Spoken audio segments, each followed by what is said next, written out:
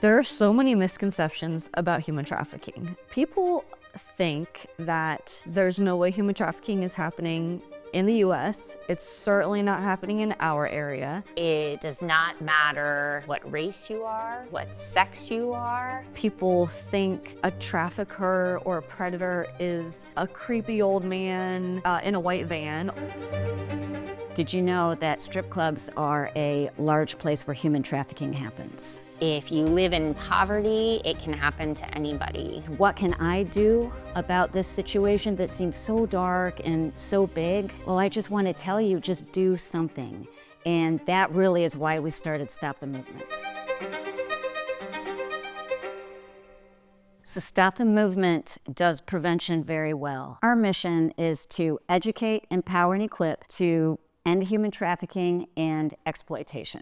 I've been a part of Stop the Movement since it was founded, and it's been about 5 years. I wanted to get involved with something that was meaningful to me, something that I was passionate about, and that was outside of my career. Stop the Movement was started as a result of a couple of things.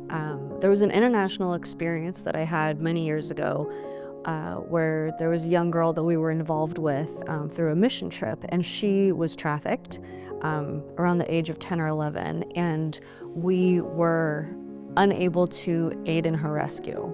I had a personal experience. Somebody I grew up with had been groomed and was trafficked back when we were teenagers.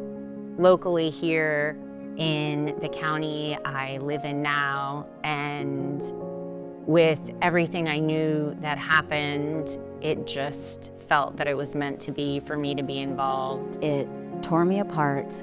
The fact that I was just talking to this girl who was the same age as my daughter, normal person, and it made me realize that it's here, it's happening, and we need to do something about it. We know statistically that the average age that a kid is being trafficked is between 12 and 14 years old. And so if we're not speaking to them, we're missing out on a huge population, the most vulnerable population. As time went on, I just realized how many people were so unaware of things that are actually happening right in our neighborhoods. One of our taglines at Stop the Movement is stop the supply, stop the demand, stop the movement.